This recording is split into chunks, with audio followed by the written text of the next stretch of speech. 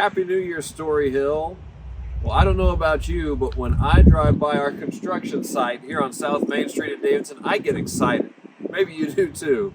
But with every day's development, we start to see the next phase of the life of our church and, by God's grace, the generational impact here on this land.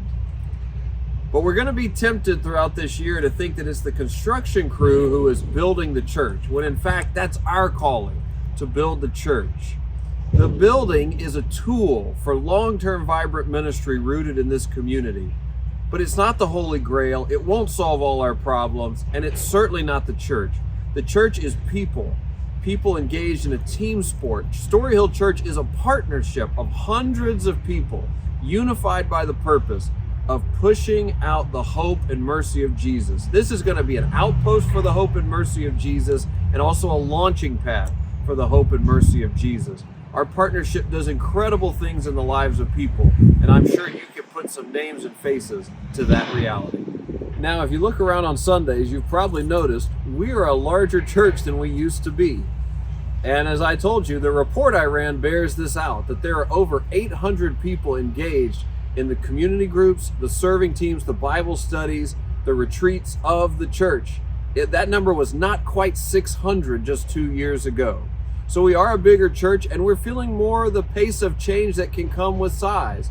As Holly's right now on her leave, and Kennedy is getting launching padded out of here. These are exciting things, and yet we feel the pace of that change.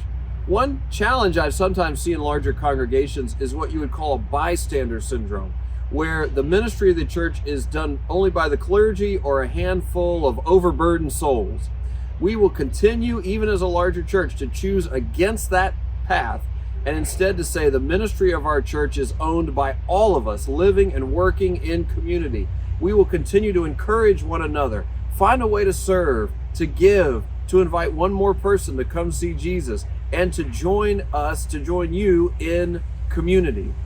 In the year ahead, we are building the church. What I mean by that is we are hoping to thicken the core of the church, so that when we open an actual building on this site, there will be 800 of us who are ministers of Storyhill who can say, I'm already engaged here. Let me invite you new folks to join me in what I already do.